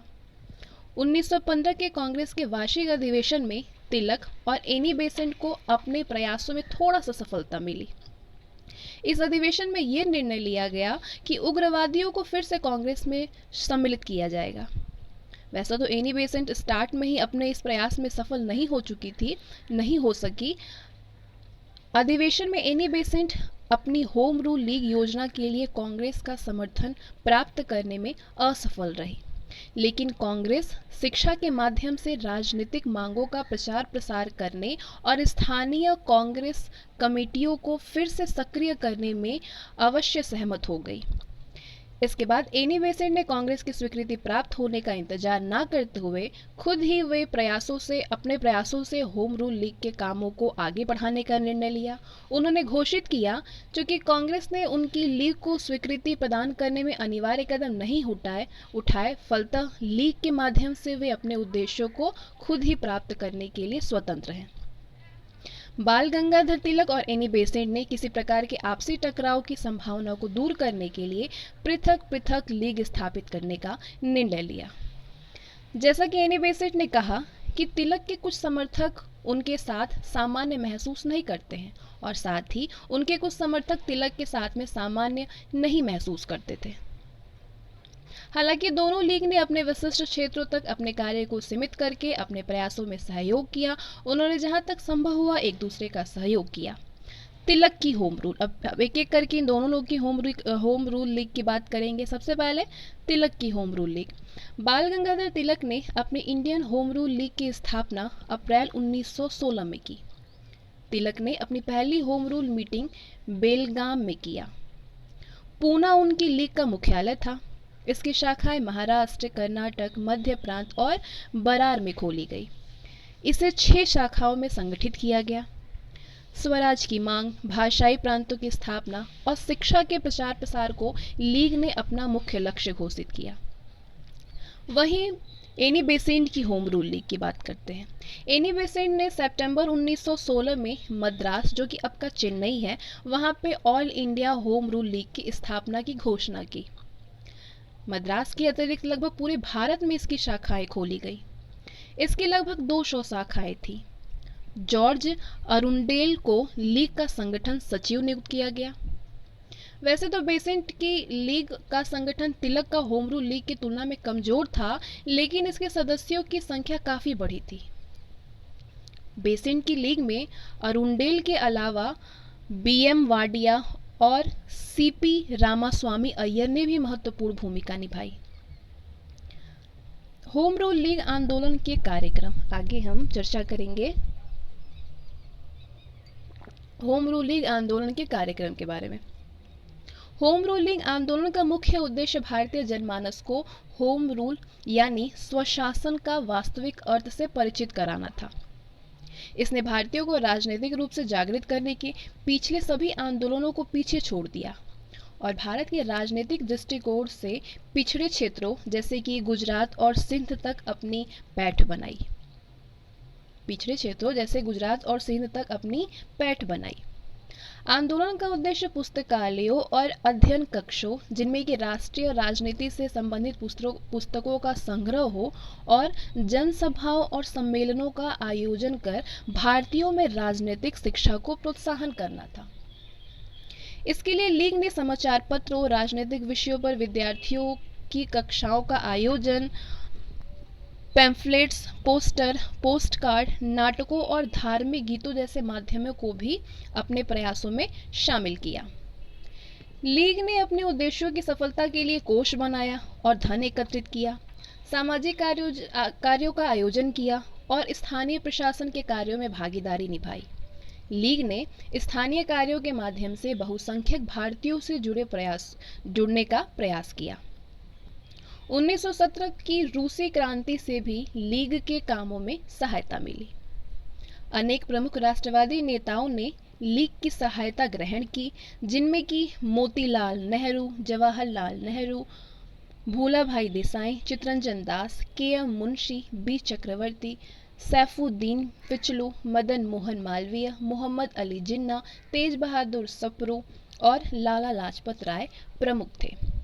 इनमें से कुछ नेताओं को एनी बेसेंट की लीग की स्थानीय शाखाओं का प्रमुख नियुक्त किया गया।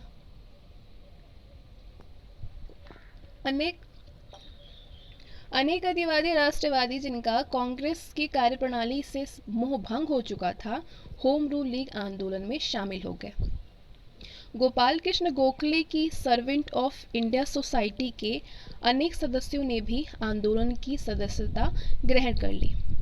फिर भी एंग्लो इंडियंस, आंग्ल भारतीय, बहुसंख्यक मुसलमान और दक्षिण भारत की गैर ब्राह्मण जातियां इस आंदोलन से दूर रही, क्योंकि उनका विश्वास था कि होम रूल का तात्पर्य हिंदुओं, मुख्यतः उच्च जातियों के शासन से है। लीग के प्रति सरकार का कैसा रुख था? सरकार ने लीग के समर्थकों पर कड़ी कार्रवाई की और लीग के कार्यक्रमों को रोकने के लिए दमन का सहारा लिया। मद्रास में सरकार ने छात्रों पर कठोर कार्रवाई की और राजनीतिक सभाओं में उनके भाग लेने पर प्रतिबंध लगा दिया गया। बाल गंगाधर तिलक के विरुद्ध न्यायालय में मुकदमा दायर किया गया। उनके पंजाब और दिल्ली में प्रवेश करने पर रोक लगा दी गई। जून 1917 में एनी बेसेंट और उनके सहभागियों बीपी वाडिया और जॉर्ज अरुंडेल को गिरफ्तार कर लिया गया। इन गिरफ्तारियों के विरुद्ध राष्ट्रव्यापी प्रतिक्रिया हुई। अत्यंत नाटकीय ढंग से सर एस सुब्रमण्यम अय्यर ने अपनी सर की उपाधि त्याग दी और तिलक ने सरकारी दमन के विरोध में अहिंसात्मक प्रतिरोध कार्यक्रम प्रारंभ करने की वकालत की। सरकार को विश्वास था कि इन कार्रवाइयों से होम रूल आंदोलन स्वतः समाप्त हो जाएगा, लेकिन इसका उल्टा प्रभाव पड़ा। सरकारी कुचक्र के विरोध में आंदोलनकारी और अधिक संगठित हो गए। सरकारी कुचक्र के विरोध में आंदोलनकारियों और भी अधिक संगठित हो गए और कई अन्य राष्ट्रवादी इसमें शामिल हो गए। तिलक ने घोषणा की कि यदि एनी बेसेंट को रिहा नहीं किया गया तो भारतीय जनता सरकार के विरुद्ध सत्याग्रह करेगी। 20 अगस्त 1917 को भारत सचिव E.S. मॉन्टेग्यू ने भारत से ब्रिटिश सरकार ने घोषणा की कि युद्ध के बाद भारत में स्वायत्त संस्थाओं के क्रमिक विकास की प्रक्रिया प्रारंभ की जाएगी। सरकार ने भी सितंबर 1917 में एनी बेसेंट को जेल से रिहा कर दिया। इसके बाद होम रूल लीग आंदोलन स्थगित कर दिया गया। क्या कारण था कि 1919 तक आते आते आंदोलन धीमा पड़ गया? 1919 तक आते आते होम रूल लीग आंदोलन का उन्माद जो था वो ठंडा पड़ने लगा। इसके पीछे कई कारण थे। आंदोलन में प्रभावी संगठन का अभाव था। 1917-18 में हुए सांप्रदायिक दंगों का आंदोलन पर नकारात्मक प्रभाव पड़ा। एनी बेसेंट की गिरफ्तारी के बाद कांग्रेस की सदस्यता ग्रहण करने वाले उदारवादी सरकार द्वारा सुधारों का आश्वासन देने और बेसेंट को जेल से रिहा करने पर संतुष्ट हो गए। एनी बेसेंट स्वयं सुधारों की घोषणा के बाद लीग की उपयोगिता को लेकर के असमंजस में थी। आंदोलन में अतिवादियों द्वारा सितंबर 1918 में अहिंसात्मक प्रतिरोध का सिद्धांत अपनाए जाने के बाद से नरपंथी आंदोलन से पृथक होने लगे। 1918 के बाद तो उनकी भागीदारी जो है वो बिल्कुल नाम मात्र रह गई। जुलाई 1918 में मॉन्टेग्यू चेम्सफोर्ड सुधारों के सार्वजनिक होने से राष्ट्रवादियों में आपसी मतभेद पैदा हो गए और सैद्धांतिक आधार पर वे विभाजित होने लगे। सितंबर 1918 में लाइबेल मामले जो वेलेंटाइन शिरोल के खिलाफ गंगाधर तिलक ने दायर किया था, जैसा कि उनकी पुस्तक इंडियन अनरेस्ट ने तिलक को भारत की उग्रवादी राजनीति का जनक कहा जाता था, इसके सिलसिले में तिलक विदेश चले गए, जबकि सुधारों के संबंध में व्यक्तिगत प्रतिक्रिया और अहिंसात्मक प्रतिरोध के मुद्दे पर एनी बेसेंट विचलित हो गई। बेसेंट द्वारा आंदोलन को सुयोग्य नेतृत्व प्रदान कर पाने की अक्षमता और उनके मॉन्टेग्यू चेम्सफोर्ड सुधारों के आश्वासन से संतुष्ट होने पर होम रूल लीग आंदोलन नेतृत्व विहीन हो गया। महात्मा गांधी के उत्थान और उनकी सत्याग्रह, अहिंसा एवं सविनय अवज्ञा युक्तियों को जन समर्थन ने आंदोलन को निष्प्राण कर दिया। मॉन्टेग्यू घोषणा के बाद लीग अपने आंदोलन के विस्तार को बंद करने पर सहमत हो गए। मॉन्टेग्यू घोषणा के बाद लीग अपने आंदोलन के विस्तार को बंद करने में सहमत हो गए। हालांकि गांधी ने ब्रिटिश अत्याचार के खिलाफ लड़ाई में 1920 तक भारतीय राष्ट्रीय कांग्रेस के मंच का प्रयोग नहीं किया था, लेकिन वे होम रूल लीग से घनिष्ठता से जुड़े थे। फिर भी उन्होंने होम रूल लीग की सदस्यता जो था वो स्वीकार नहीं किया। निरंतर निवेदन करने पर गांधी जी ने अप्रैल 1920 में होम रूल लीग की अध्यक्षता स्वीकार कर ली और अक्टूबर 1920 में बॉम्बे में उनका नाम बदल करके स्वराज्य सभा कर दिया और अहिंसा पद्धति एवं स्वराज प्राप्ति के लक्ष्य को शामिल करने के लिए इसके संविधान में भी परिवर्तन किया गया। होम रूल लीग आंदोलन की उपलब्धियां, क्या क्या उपलब्धियां रही? होम रूल लीग और संबद्ध गतिविधियों ने कुछ सकारात्मक प्रभाव डाले और आने वाले वर्षों में स्वतंत्रता संघर्ष को एक नई दिशा देने में योगदान किया। कौन कौन सा योगदान रहा, क्या क्या उपलब्धियां रही? आंदोलन ने केवल शिक्षित वर्ग के स्थान पर जन सामान्य की महत्ता को प्रतिपादित किया और सुधारवादियों द्वारा तय किए गए स्वतंत्रता आंदोलन की मानचित्रावली को स्थायी तौर पर परिवर्तित कर दिया। इसने देश और शहरों के मध्य सांगठनिक संपर्क स्थापित किया। आंदोलन की ये उपलब्धि बाद के सालों में अत्यंत उपयोगी सिद्ध हुई। विशेषकर भारतीय स्वतंत्रता आंदोलन के चरमोत्कर्ष में देश के हर शहर ने सक्रिय भूमिका निभाई, जो कि आंदोलन के सांगठनिक स्वरूप की देन ही थी। आंदोलन ने जुझारू राष्ट्रवादियों की एक नई पीढ़ी को जन्म दिया।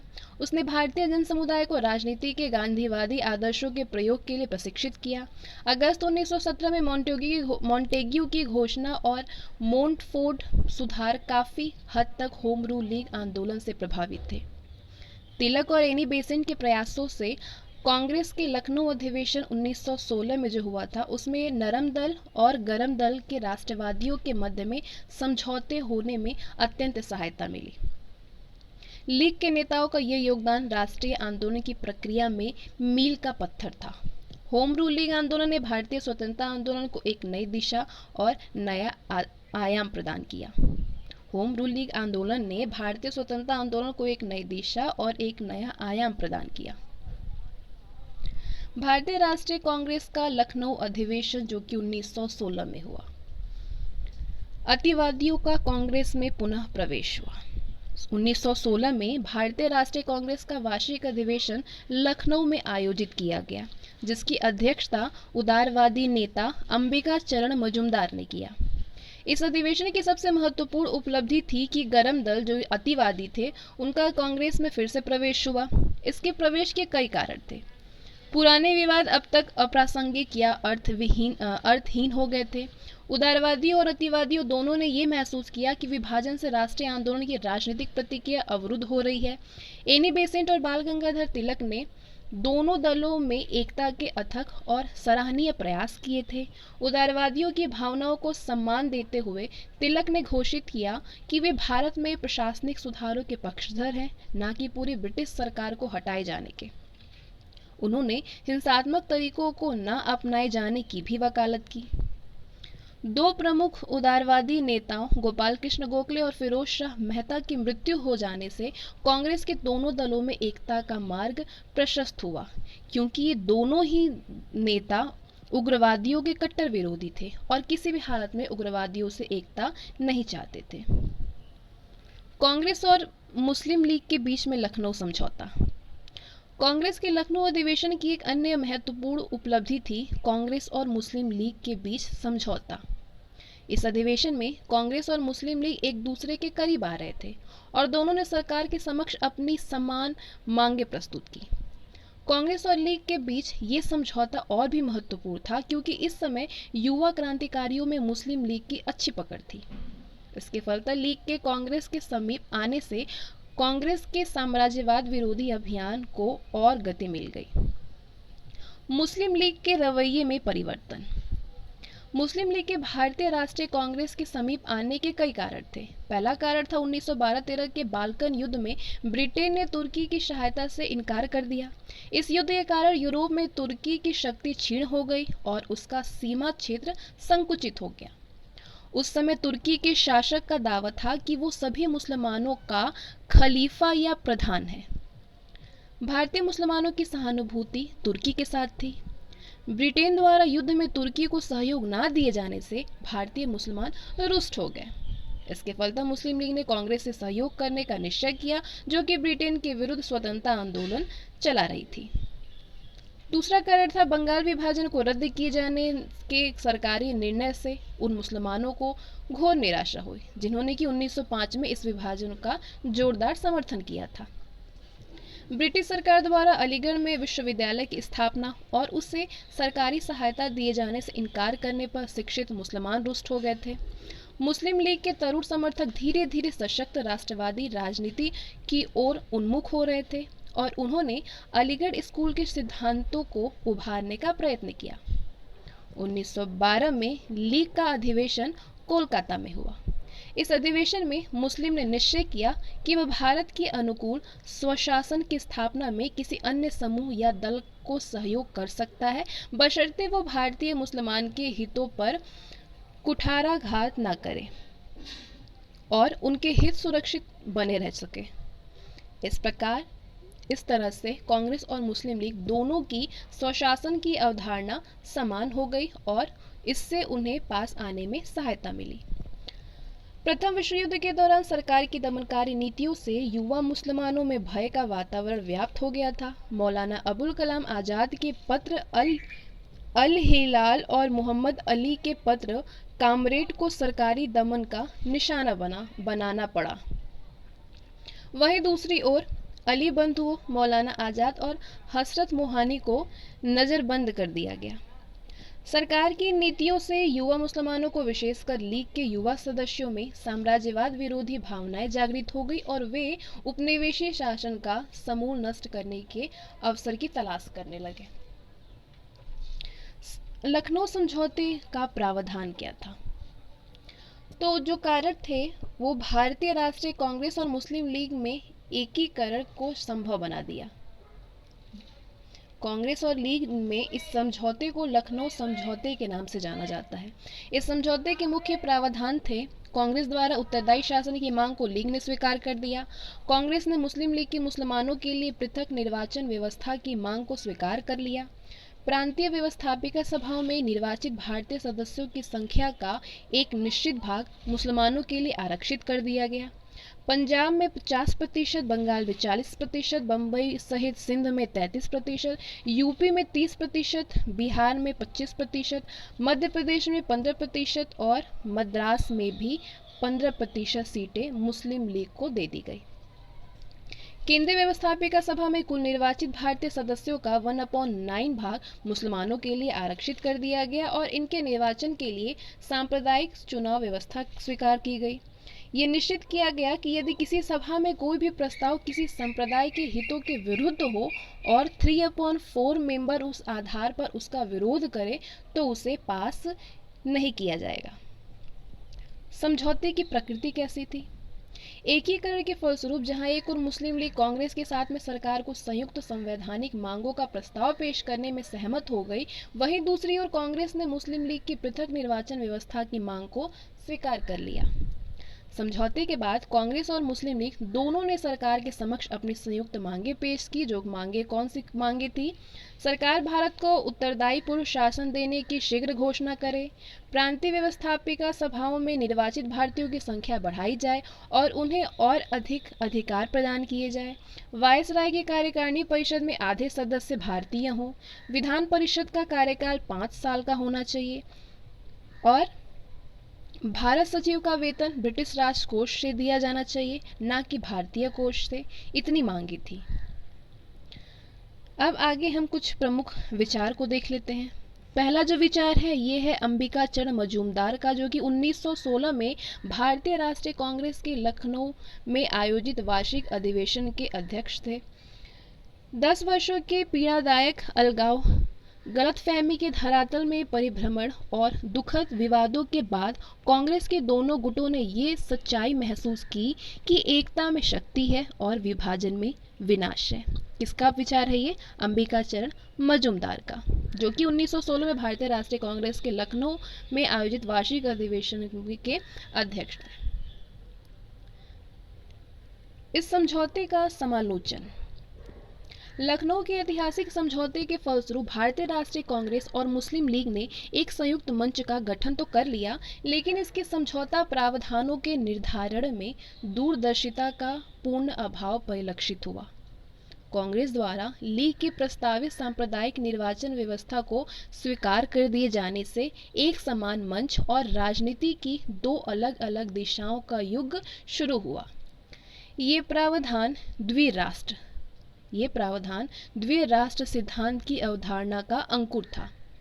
इसके अतिरिक्त लखनऊ समझौते में कांग्रेस और लीग के नेताओं ने आपस में एकता की व्यवस्था तो कर ली, लेकिन हिंदू और मुसलमान दोनों ही संप्रदाय के लोगों को साथ लाने के कोई भी प्रयास नहीं किए। सांप्रदायिक निर्वाचन पद्धति के विवादास्पद प्रावधानों को छोड़ दिया जाए तो इस व्यवस्था से ये लाभ हुआ कि अल्पसंख्यकों के मन से बहुसंख्यक हिंदुओं का भय दूर हो गया। समझौते के बाद मुसलमान ये मानने लगे कि उनके हितों को अब हिंदुओं से कोई भी खतरा नहीं रहा। दूसरा, समझौते से भारतीयों में एकता की नई भावना का विकास हुआ। इससे राष्ट्रीय स्वतंत्रता आंदोलन को नई ताकत मिली। समझौते के बाद स्थापित हुई एकता को सरकार ने भी महसूस किया और उसने भारत में उत्तरदायी शासन की स्थापना के लिए प्रयास किए। इसी के फलस्वरूप अगस्त 1917 में मॉन्टेग्यू घोषणाएं सार्वजनिक की गई। तो क्या थी मॉन्टेग्यू घोषणा, जो कि अगस्त 1917 में सार्वजनिक की गई? मॉन्टेग्यू भारतीय राज्य सचिव थे। इस पद पर नियुक्त होने के कुछ समय बाद ही मॉन्टेग्यू ने 20 अगस्त 1917 को कॉमन्स सभा में ब्रिटिश सरकार के उद्देश्य पर एक महत्वपूर्ण घोषणा की। क्या घोषणा की? महामहिम सम्राट की सरकार की नीति, जिससे भारत सरकार भी पूर्ण सहमत है, ये है कि भारतीय शासन के प्रत्येक विभाग में भारतीयों की भागीदारी उत्तरोत्तर बढ़े और स्वशासित संस्थाओं का धीरे धीरे विकास हो, जिससे कि अधिकाधिक प्रगति करते हुए भारत में उत्तरदायी प्रणाली की स्थापना हो और ये ब्रिटिश साम्राज्य के अभिन्न अंग के रूप में आगे बढ़े। उन्होंने ये निश्चय कर लिया कि इस दिशा में एक महत्वपूर्ण कदम अतिशीघ्र लिया जाए। मैं इस विषय पर स्पष्ट कर दूं कि ये प्रगति क्रमबद्ध चरणों से ही संभव है। ब्रिटिश सरकार और भारत सरकार, जिन पर भारत के लोगों की भलाई और उन्नति का उत्तरदायित्व है, वे ही समय और प्रत्येक उन्नति की मात्रा को सुनिश्चित करेंगे और ये उनके सहयोग पर निर्भर होगा, जो अब सेवा का अवसर प्राप्त करेंगे और जिस सीमा तक वे उस विश्वास को निभाएंगे जो उनकी उत्तरदायित्व की चेतना पर किया जा सकता है। मॉन्टेग्यू घोषणा का महत्व क्या था? इस घोषणा से राष्ट्रवादियों को स्वशासन या होम रूल लीग के संबंध में महत्वपूर्ण उपलब्धियां हासिल हुई। घोषणा के बाद भारत में स्वशासन की स्थापना की मांग से विप्लव या विद्रोह की संभावना समाप्त हो गई, क्योंकि सरकार ने उसे अपनी नीतियों में शामिल कर लिया। इससे 1909 में मार्ले द्वारा की गई घोषणा से उत्पन्न असंतोष और रोष भी समाप्त हो गई। भारतीयों को क्या आपत्ति हुई? उक्त उपलब्धियों के साथ ही भारतीय नेताओं को घोषणा के संबंध में दो आपत्तियां भी थी। कौन सी दो आपत्तियां? घोषणा में उत्तरदायी शासन की स्थापना के लिए कोई भी निश्चित समय सीमा नहीं दी गई थी, और दूसरा, उत्तरदायी शासन की प्रकृति और प्रगति के संबंध में निश्चय करने का अधिकार केवल सरकार को ही था। इस बात से भारतीय असंतुष्ट थे। उनका मानना था कि भारतीयों के लिए अच्छे या बुरे का निर्णय करने का अधिकार केवल सरकार को नहीं है, बल्कि इस प्रक्रिया में भारतीयों को भी सहभागी बनाना जाना चाहिए।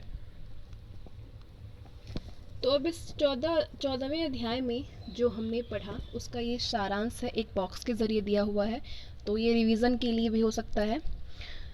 सबसे पहले क्या था? होम रूल लीग आंदोलन। क्या था ये होम रूल लीग आंदोलन? फटाफट से इसको रिवीजन भी कर लेते हैं। होम रूल लीग आंदोलन प्रथम विश्व युद्ध के बाद उत्पन्न हुई परिस्थितियों में एक प्रभावशाली प्रतिक्रिया के रूप में प्रारंभ हुआ था। आयरलैंड के होम रूल लीग की तर्ज पर इसे भारत में एनी बेसेंट और लोकमान्य तिलक ने प्रारंभ किया था। ठीक है। आंदोलन के प्रारंभ होने में सहायक कारक क्या थे? राष्ट्रवादियों के एक वर्ग का ये विश्वास था कि सरकार का ध्यान आकर्षित करने के लिए उस पर दबाव डालना आवश्यक है। मार्ले मिंटो सुधार से मोह भंग हो गया लोगों का। अगला क्या सहायक कारक था? युद्ध के बाद भारतीयों पर आरोपित आर्थिक बोझ से त्रस्त भारतीय किसी भी आंदोलन में भाग लेने के लिए तत्पर थे। बाल गंगाधर तिलक और एनी बेसेंट ने तत्कालीन परिस्थितियों में योग्य नेतृत्व प्रदान किया। प्रथम विश्व युद्ध में ब्रिटेन की साम्राज्यवादी मंशा का उजागर होना, ये सारे सहायक कारक थे। आंदोलन का उद्देश्य क्या था? होम रूल या स्वशासन की अवधारणा से भारतीयों को परिचित कराना। तिलक की होम रूल लीग। तिलक ने अपने 1916 में इसकी स्थापना की, इस होम रूल लीग की। इसकी शाखाएं महाराष्ट्र, कर्नाटक, मध्य प्रांत और बरार में खोली गई। इसे 6 शाखाओं में संगठित किया गया। वहीं एनी बेसेंट की होम रूल लीग सितंबर 1916 में मद्रास में इसकी स्थापना की गई। शेष भारत में इसकी लगभग 200 शाखाएं खोली गई। कालांतर में कई अन्य नेता होम रूल लीग आंदोलन से जुड़ गए, जिनमें कि नरमपंथी कांग्रेस भी थे। आंदोलन की विधियां क्या थी? जनसभाओं का आयोजन, परिचर्चा आयोजित करना, पुस्तकालय और अध्ययन कक्षों की स्थापना, सम्मेलनों का आयोजन, विद्यार्थियों की कक्षाएं आयोजित करना, समाचार पत्र, पैम्फलेट्स, पोस्टर, पोस्ट कार्ड और नाटकों के माध्यम से भारतीय जनमानस को होम रूल लीग यानी स्वशासन के वास्तविक अर्थों से परिचित कराना। आंदोलन के प्रति सरकार वर्ग का क्या रुख था? दमनात्मक कार्रवाई, राजनीतिक सभाओं पर प्रतिबंध, तिलक एवं एनी बेसेंट पर मुकदमा चलाया गया, राजनीतिक गिरफ्तारियां भी की गई। आंदोलन की क्या उपलब्धियां रही? भारतीयों में चेतना का प्रसार हुआ। देश और शहरों के बीच सांगठनिक संपर्क की स्थापना हुई। जुझारू राष्ट्रवादियों की नई पीढ़ी का निर्माण हुआ। उग्रवादियों और नरमपंथियों के बीच में पुनर्एकीकरण को प्रोत्साहन मिला, जिसके फलस्वरूप 1916 के लखनऊ अधिवेशन में कांग्रेस के दोनों दलों में एकता का मार्ग प्रशस्त हुआ। कांग्रेस का लखनऊ अधिवेशन 1916 में जो हुआ था, उग्रवादी फिर से कांग्रेस में सम्मिलित हो गए। कांग्रेस और मुस्लिम लीग के मध्य लखनऊ समझौता हुआ। कांग्रेस और मुस्लिम लीग का संयुक्त घोषणा पत्र। कांग्रेस द्वारा मुस्लिम लीग की पृथक प्रतिनिधित्व की मांगें स्वीकार की गई। इसके भारतीय स्वतंत्रता आंदोलन में दूरगामी परिणाम हुए। मॉन्टेग्यू घोषणा का क्या महत्व रहा? भारतीयों के लिए स्वशासन की प्राप्ति सरकारी नीति बन गई। मॉन्टेग्यू की घोषणा का क्या महत्व रहा? भारतीयों के लिए स्वशासन की प्राप्ति सरकारी नीति बन गई। तो यही तक था हमारा राष्ट्रीय आंदोलन इकाई 6 का स्पेक्ट्रम से। तो इसके बाद हम अगले वीडियो में मिलते हैं। स्पेक्ट्रम से ही अगला वीडियो होगा। तो ये वीडियो अगर आपके लिए यूज़फुल है तो इसको लाइक करें, शेयर करें। चैनल पर नए हैं तो चैनल को सब्सक्राइब करके बेल आइकन को प्रेस कर दें, ताकि कोई भी वीडियोज़ आए तो उसकी नोटिफिकेशंस आपको सबसे पहले मिले।